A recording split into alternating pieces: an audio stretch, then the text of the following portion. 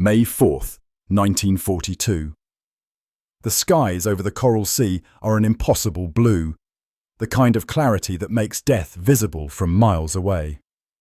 Lieutenant Commander John Smith, Jimmy Thach, sits in the cockpit of his F-4F Wildcat fighter, scanning the horizon through a gun sight that feels inadequate for the task ahead. His radio crackles with panicked voices. American pilots are dying. They're dying because they're fighting an enemy that can outturn, outclimb, and outmaneuver them in every possible way. The Mitsubishi A6M Zero has been the undisputed master of the Pacific sky for 9 months, and American fighter doctrine, everything the Navy had taught its pilots about air combat, has proven to be catastrophically, lethally wrong. In the last 60 seconds, Thach has watched 3 Wildcats go down in flames. The Zeros are dancing around them, literally flying circles around the heavier American fighters, getting on their tails and shredding them with 20mm cannon fire. It's not a fight. It's an execution. And then Thach does something that every regulation, every tactical manual, every instructor at flight school said was suicide. When his wingman calls out a zero on his tail, Thach doesn't tell him to dive away. He doesn't tell him to use speed to escape. He tells him to turn toward him. "Macumber, turn into me. Now." Lieutenant Edward Butch O'Hare, flying nearby, hears the order and thinks Thach has lost his mind. Turning toward your wingman when you have an enemy on your tail means collision. It means putting 2 friendly aircraft in the same piece of sky while being chased by a fighter that can turn tighter than either of them. It's insane, but Macumber does it. He banks hard left, directly toward Thach's Wildcat. The Zero pilot, Lieutenant Saburo Sakai, one of Japan's best, follows, confident this will be another easy kill. And then something happens that Sakai has never seen before. Something that violates every principle of dogfighting he's ever learned. Thach turns toward Macumber. Both Wildcats are now flying directly at each other, with the Zero following Macumber. At the last possible second, both American planes cross paths, missing each other by less than 50 feet. The Zero, committed to his turn, suddenly finds himself not behind Macumber anymore, but directly in front of Thach's guns. Thach opens fire, a 2-second burst from 650 caliber machine guns. The Zero's unarmored fuselage disintegrates under the concentrated fire. The pilot never had time to react. The fighter, the invincible Zero, the aircraft that had terrorized the Pacific for 9 months, falls away trailing smoke and flame. What Sakai and every other Japanese pilot witnessing this couldn't possibly know, what the maneuver Thach had just executed represented, was the end of an era. For 9 months, the Zero had been a force of nature, a silver ghost that killed with impunity. American pilots had tried everything. They'd tried to outturn it. They died. They'd tried to outclimb it. They died. They'd tried conventional tactics. They died. The Navy's kill-to-loss ratio against Zeros was approaching 1-to-1 in the best case, and in some engagements it was as bad as 1-to-5. American pilots were being slaughtered, but this maneuver, this impossible weave that Thach had created, wasn't just a tactic, it was a complete reimagining of fighter combat. It turned the Zero's greatest strength, its phenomenal agility, into a liability. It transformed the Wildcat, a fighter everyone said was obsolete, into a Zero killer. Within 6 months, the Thach Weave would become standard doctrine throughout the US Navy. Within a year, the kill ratio would flip from 1-to-5 in Japan's favor to 5-to-1 in America's. And the Zero, the aircraft that had seemed invincible, would go from predator to prey. The laugh of Japanese superiority was about to die in the thunder of American machine guns. This is the story of how one man, armed with nothing but matchsticks and a kitchen table, defeated the most dominant fighter aircraft of the war. To understand the sheer revolutionary nature of what Thach created, you first have to understand the nightmare, the that American pilots were living through in early 1942. The Zero wasn't just better than American fighters, it was better in ways that seemed to violate physics. When American pilots first encountered Zeros over the Philippines and Pearl Harbor, they filed reports that their commanders literally didn't believe. Pilots claimed the Zero could turn inside a biplane. They said it could climb at angles that seemed impossible. They reported that it could dogfight at altitudes where American engines were gasping for air. The official response from Naval Aviation Headquarters was skepticism bordering on disbelief. They thought their pilots were exaggerating, making excuses for poor performance. Then the numbers started coming in. In the first 4 months of the war, December 1941 to March 1942, American fighters in the Pacific flew 1-200 combat sorties against Japanese aircraft. They shot down 143 enemy planes. They lost 164 of their own. The ratio was upside down. In air combat, the side with a negative kill ratio is losing. And America was losing badly. The problem wasn't pilot skill. American Navy pilots were well-trained, aggressive, and experienced.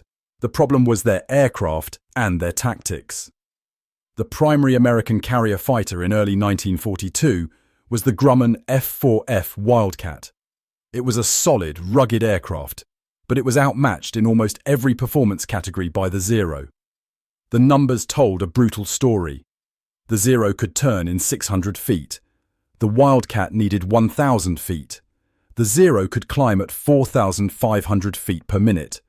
The Wildcat managed 2,300. The Zero's top speed was 331 mph. The Wildcat could hit 318, but only in a dive. At combat altitudes, the Zero was 20 mph faster in level flight. In a turning dogfight, the kind of engagement that had defined air combat since World War I, the Wildcat was completely outclassed. American pilots who tried to turn with Zeros were signing their own death warrants. Lieutenant Edward Henry Butch O'Hare, who would become the Navy's first ace of the war, described his early encounters with brutal honesty. "The first time I saw a Zero turn," he wrote in his combat report, "I thought there was something wrong with my eyes. I was in a full deflection turn, pulling as many Gs as the Wildcat could handle, and the Zero just flew past me sideways, rotated 90 degrees, and was on my tail. It shouldn't be possible, but it was." American fighter doctrine in 1942 was based on World War I principles refined in the 1930s. It emphasized individual initiative, aggressive turning combat, and the idea of the ace, the lone wolf pilot who dominated through superior skill. Pilots were taught to engage, to mix it up in turning dogfights, to pursue enemy aircraft until they were shot down. Against Japanese Army aircraft over China, this doctrine had worked reasonably well. American volunteer pilots in the Flying Tigers, flying P-40 Warhawks, had developed boom and zoom tactics that exploited the P-40's superior diving speed. But the Navy hadn't learned those lessons. Navy doctrine still emphasized turning fights, and against the Zero, that doctrine was suicide. The loss rate was unsustainable. At the current rate of attrition, the Navy calculated that they would lose air superiority in the Pacific by mid-1943. They would run out of trained pilots before they ran out of aircraft. Something had to change. That something was a fighter pilot from Florida with a background in mathematics and a stubborn refusal to accept that his pilots had to die. Lieutenant Commander John Smith Thach, born in 1905 in Pine Bluff, Arkansas, was not the typical fighter pilot. He was quieter, more analytical, less interested in personal glory than in solving problems.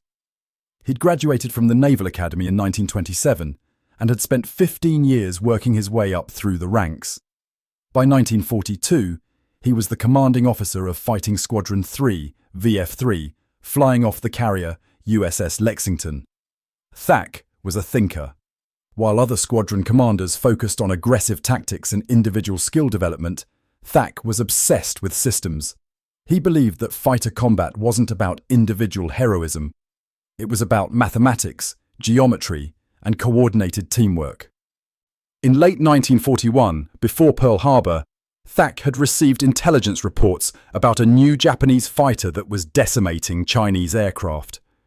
The reports described the Zero's incredible performance, but Thach noticed something everyone else had missed. The Zero had no armor. Its fuel tanks weren't self-sealing.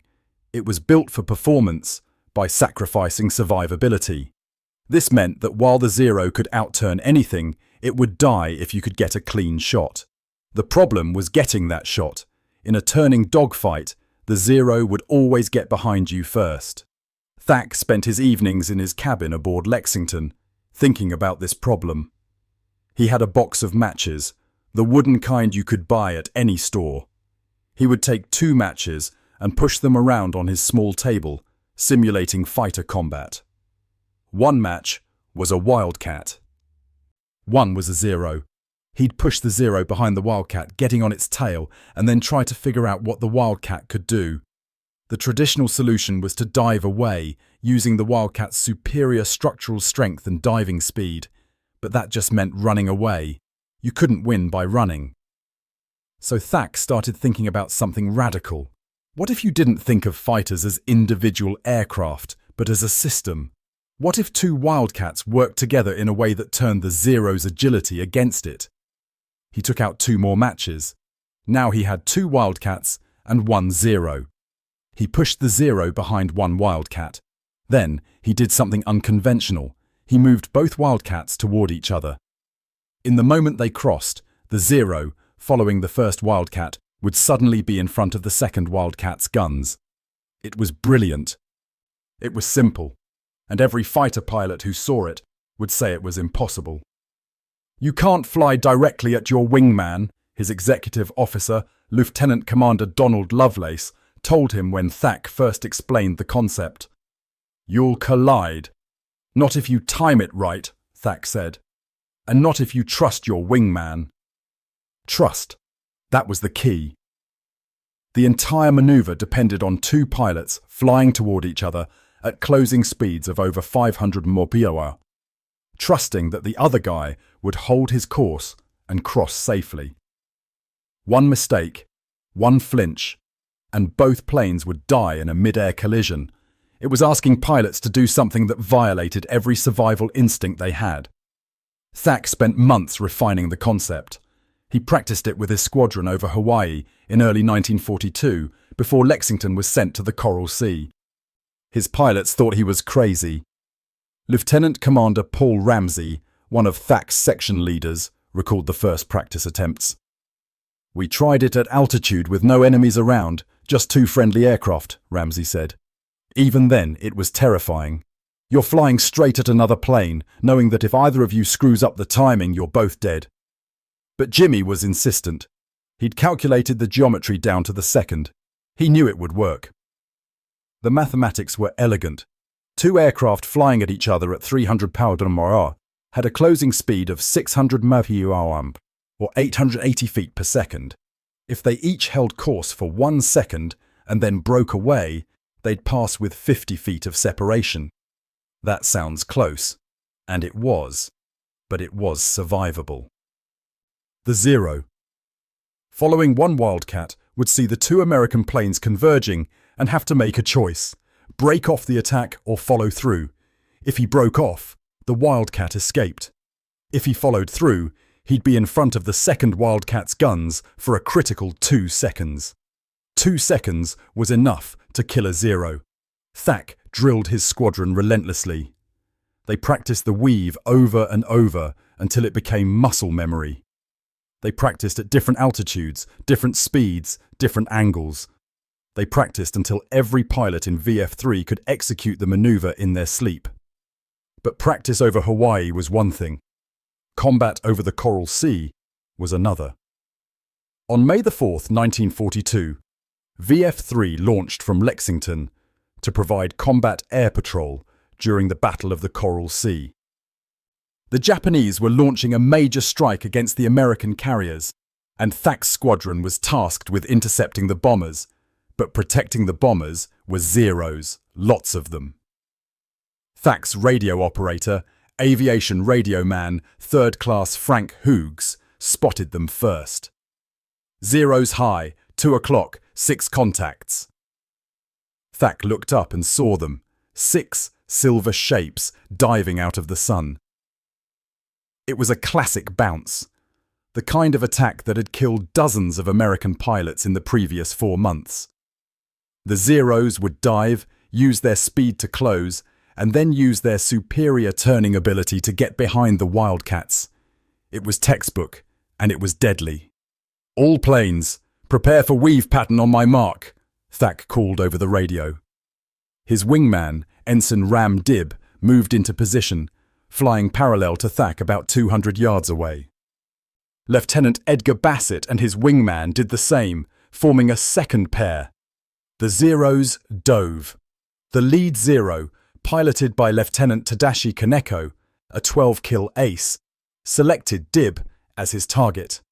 He followed the Wildcat into a hard left turn, confident he could get inside the American's turn radius and blow him out of the sky. This was what Kaneko had done a dozen times before. This was what every Zero pilot had done hundreds of times. It always worked. Then Thach called out, "Dib, turn into me! Now!" Dib yanked his Wildcat into a hard right turn, directly toward Thach's aircraft. Kaneko followed, increasing his bank angle, tightening his turn. He could see Dib in his gun sight. The American pilot was making a mistake, turning toward his leader. It would give Kaneko a better firing solution. Thach turned toward Dib. The two Wildcats were now flying directly at each other, with Kaneko's Zero behind Dib, closing fast. The geometry was developing exactly as Thach had calculated. At the last second, Dib and Thach crossed, their aircraft passing with less than 50 feet of separation. Frank Hughes, in Thach's rear seat, could see Dib's face as they flashed past each other. Kaneko, committed to his turn, suddenly realized his mistake. The Wildcat he'd been chasing was gone, and directly in front of him, wings level and guns aimed, was Thach's Wildcat. Thach opened fire. 6 50 caliber machine guns, firing 800 rounds per minute each, poured 160 rounds into Kaneko's Zero in 2 seconds. The Zero had no armor. The bullets tore through the cockpit, the engine, the fuel tanks. Kaneko's aircraft exploded. A ball of orange flame that tumbled toward the sea 15,000 feet below. The other Japanese pilots watched in confusion. Their leader was dead, killed by a maneuver they'd never seen before. A second Zero, piloted by Petty Officer First Class Yoshio Fukui, tried the same attack on Bassett's wingman. The result was identical. The Wildcats wove together, crossing paths, and Fukui found himself staring down the barrels of Bassett's guns. Fukui died without understanding what had killed him. In the space of 3 minutes, Thach's squadron shot down 4 Zeros without losing a single Wildcat. The remaining 2 Japanese fighters broke off and fled. Back aboard their carrier, the Zuikaku, the Zero pilots who survived, filed combat reports that their commanders found baffling. The American Wildcats engaged in a crossing maneuver that placed them in mutually supporting positions, one report read. Standard pursuit tactics were ineffective. Request tactical analysis. But there was no analysis. The Japanese had never seen anything like the Thach Weave. Their doctrine was built around individual skill and aircraft performance. The idea of a coordinated defensive maneuver that turned pursuit into a trap was foreign to their entire tactical philosophy. The Battle of the Coral Sea ended with both sides claiming victory. The Japanese sank the carrier Lexington, Thach's home ship. But the American strike aircraft had sunk the light carrier Shoho and damaged the fleet carrier Shokaku badly enough to put her out of action for months. The strategic victory went to America, which turned back the Japanese advance toward Port Moresby, but the real victory was tactical. Thach's Weave had worked. It had worked so well that word spread through the fleet like wildfire. Every fighter squadron wanted to know how VF-3 had shot down 4 Zeros without loss. Thach was transferred to staff duty after Lexington was sunk, and his new assignment was to teach the Weave to every fighter squadron in the Pacific Fleet. He travelled from carrier to carrier, demonstrating the maneuver with matches on ready room tables, then taking pilots up for practice flights. The response was mixed at first. Many pilots were skeptical. It violated their training, their instincts. "You want us to fly at each other?" was the most common response. "That's suicide." But Thach was patient. He'd show them the geometry, the mathematics. He'd demonstrate that the closing speed gave them plenty of time to cross safely. He'd explain that the Zero's great strength, its turning ability, became a weakness when facing a Weave because the tighter the Zero turned to follow, the more directly it flew into the other Wildcats' guns. Slowly, squadron by squadron, the Navy adopted the Thach Weave. At first it was voluntary, then recommended, and by late 1942 it was mandatory doctrine for all carrier fighter squadrons. The impact was immediate and dramatic. At the Battle of Midway, just 1 month after Coral Sea, Fighting Squadron 3, now commanded by Lieutenant Commander John Thach himself after he'd been reassigned to carrier Yorktown, used the Weave to devastating effect. On June 4, 1942, VF-3 engaged a formation of Zeros, escorting torpedo bombers, attacking the American carriers. Thach's after-action report captured the effectiveness. Engaged 6 Zeros at 12,000 feet, executed Weave pattern with 3 sections, shot down 4 confirmed, 1 probable, no friendly losses. The same day, Fighting Squadron 6 from the carrier Enterprise, which had trained extensively in the Weave, engaged Zeros over the Japanese carriers. They shot down 7 Zeros for the loss of 2 Wildcats. The kill ratio was starting to flip. By August 1942, during the battles around Guadalcanal, the statistics told a clear story. American fighter squadrons using the Thach Weave were achieving kill ratios of 2-to-1 or better against Zeros. Squadrons that hadn't fully adopted the tactic were still losing aircraft at unsustainable rates. The data was undeniable. Lieutenant Commander James Flatley, commanding Fighting Squadron 10, wrote in his squadron war diary, "The Weave is not just a defensive tactic, it's a psychological weapon. Japanese pilots have been trained to expect American fighters to run or to engage in turning fights they can't win. When we weave, they don't know how to respond. They make mistakes, and we kill them." The psychological impact on Japanese pilots was profound. For 9 months, from December 1941 to August 1942, Zero pilots had enjoyed complete air superiority. They'd been the hunters, and American pilots had been the prey. Now, suddenly, the dynamic was reversing. Zero pilots began to report that American Wildcats were fighting in pairs and using unorthodox defensive maneuvers. The Japanese tried to develop counter-tactics. They experimented with diving attacks that didn't commit to a chase. They tried having their own fighters work in pairs, but their doctrine was fundamentally individualistic. Japanese ace pilots were celebrities, individual warriors, whose personal kill counts were celebrated. The idea of sublimating individual glory to coordinated tactics was culturally difficult. By late 1942, some of the best Japanese pilots were dead or wounded, and their replacements were less experienced. The attrition was taking its toll. Meanwhile, American pilot training was ramping up massively. New pilots were being taught the Thach Weave before they ever saw combat. It wasn't an advanced tactic. It was basic doctrine. The industrial and training gap was beginning to show. In 1942, the United States trained 10,000 new pilots. Japan trained 2,000. By 1943, the ratio would be even more lopsided. America was producing pilots faster than Japan could kill them. And every one of those pilots knew how to execute the Weave. The mathematics of the maneuver also revealed something deeper about American tactical philosophy versus Japanese. The Zero was designed to maximize individual aircraft performance. Every ounce of weight, every design choice, was about making the single aircraft as capable as possible. American doctrine was evolving in the opposite direction.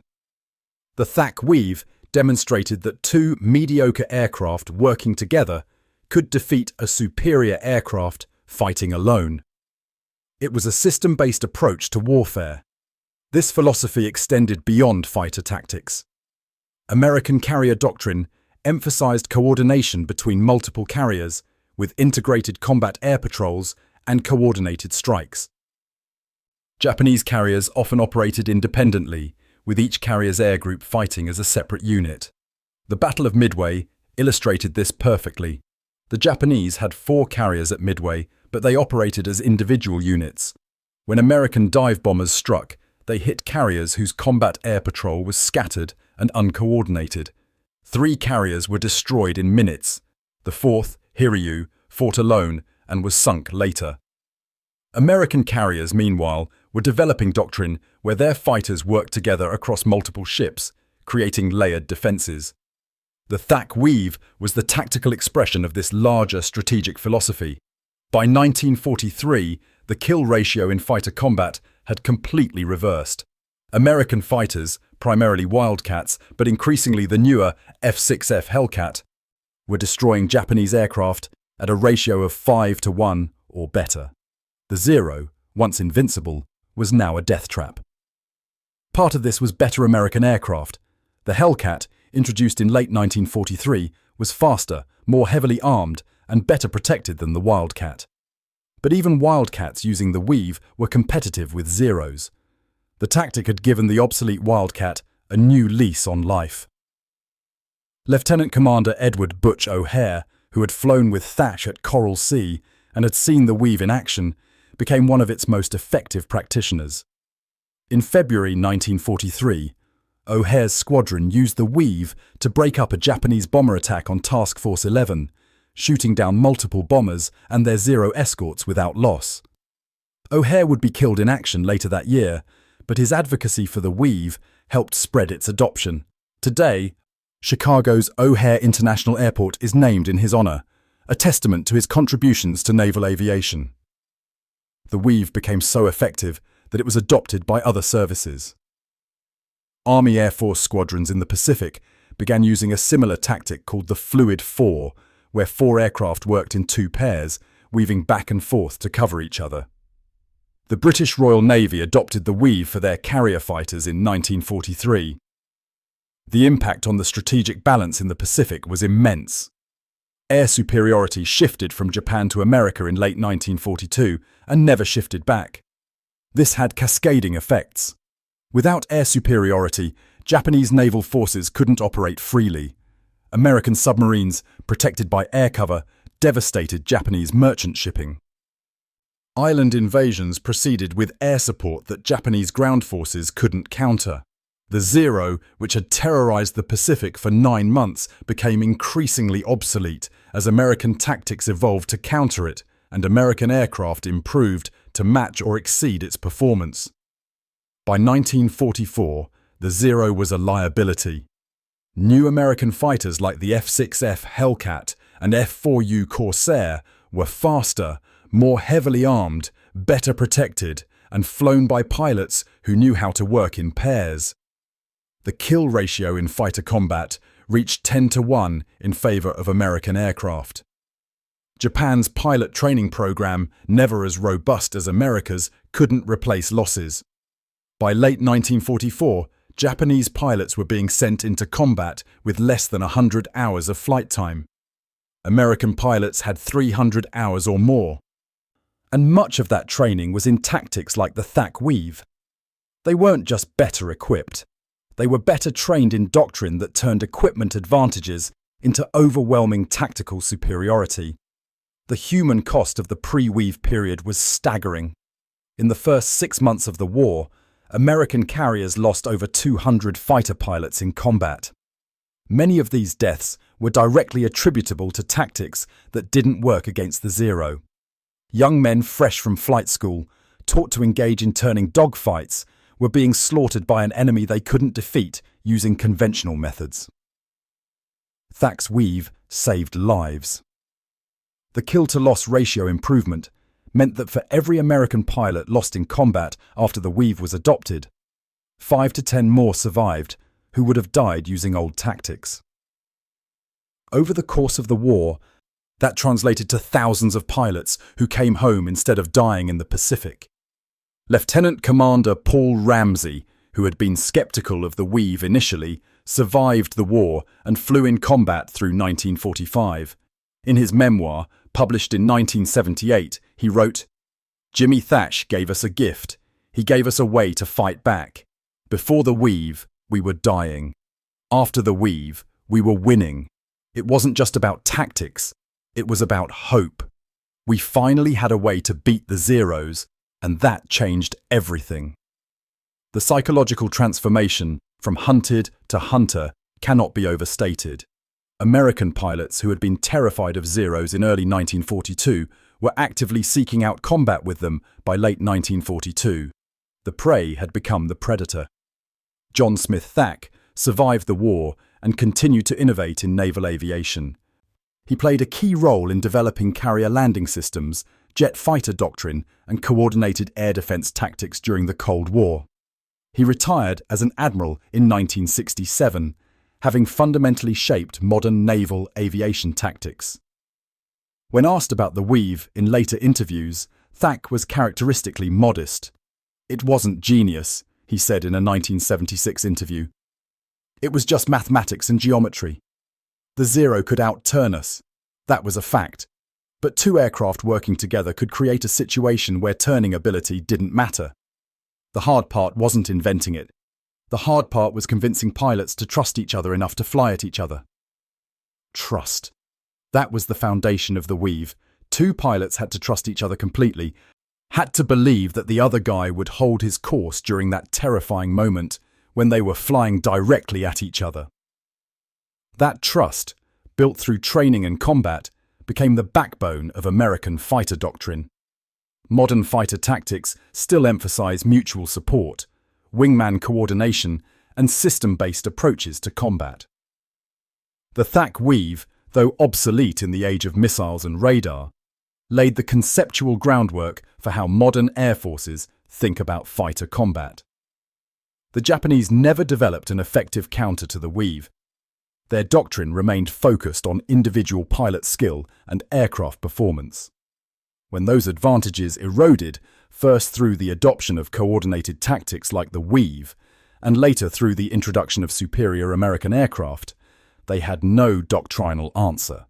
Lieutenant Saburo Sakai, one of Japan's top aces who survived the war, wrote extensively about his experiences. In his memoir, Samurai, published in 1957, he dedicated several pages to the Thach Weave. "The Americans changed the rules," he wrote. "We were artists, perfecting individual skill. They were engineers, perfecting systems. When we encountered the weaving tactic, it nullified our training. We could still outturn them. We could still outclimb them in the early part of the war. But it didn't matter. The Weave turned our strengths into weaknesses. A Zero chasing one Wildcat would find itself being shot by another. We lost initiative, we lost our psychological advantage, and eventually we lost the war in the air." Sakai's admission is striking. He didn't blame equipment failures or industrial capacity, though those factors mattered. He identified the tactical shift, the move from individual to system-based combat, as the turning point.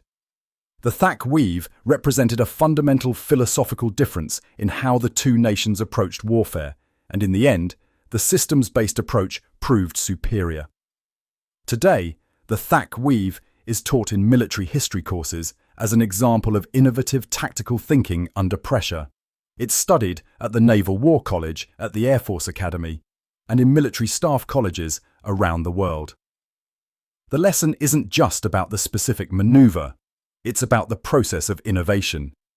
Thach identified a problem that was killing his men. He analyzed the problem using available data. He developed a solution using basic principles of geometry and coordination. He tested the solution extensively. He taught it to others systematically, and he adapted it based on combat feedback. This process, problem identification to solution implementation, is now standard doctrine in military innovation programs. The Thach Weave wasn't just a tactical victory.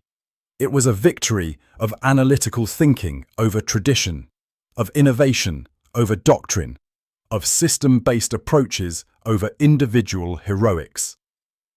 In the final analysis, the story of the Thach Weave is about more than fighter tactics. It's about how small innovations, properly implemented, can shift the balance of entire wars. The Zero dominated for 9 months because American tactics were inadequate. Once those tactics changed, the Zero's dominance ended. The aircraft didn't change, the tactics did, and that made all the difference. Jimmy Thach, armed with nothing but matches and mathematics, defeated the most feared fighter aircraft in the world. He did it not by building a better plane, but by building a better system. The Zeros that had terrorized the Pacific for 9 months found themselves outmatched not by superior technology, but by superior thinking. And in the end, that's what changed the war. The Thach Weave had the last laugh. It always did.